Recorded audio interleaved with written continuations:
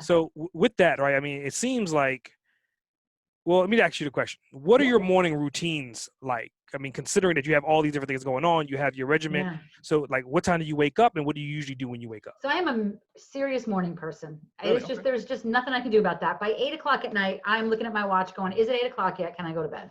Cause I typically get up probably around 5 a.m. every day.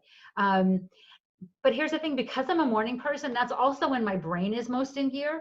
So I struggled a little bit with all of the morning, like the mindset coach in my program, Carrie Petzinger, she has a program that's called Mornings That Matter. And I'm a big fan, of, oh God, I can't even think of the guy's name, who wrote the book, morning with the morning rituals and things like that. So I love those things, but I have to build in some work. I need to dump my brain a little bit in the morning. So I typically get up, walk the dog, do a little mindfulness stuff, sit down at the computer for a half hour, get rid of all the things that came to my head overnight.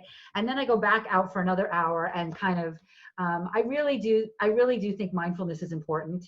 So it's important that I incorporate that into my mornings, but I've given myself permission to actually spend some time at my computer in the morning, because I know that otherwise it just keeps popping back in my head and it interferes with that mindfulness, right? So, so that's pretty much my routine. It's not a exact science, but it is pretty much what I do every morning. And, thankfully my main assistant in my company lives in England. So she's up early, so I can be messaging her at 5 a.m.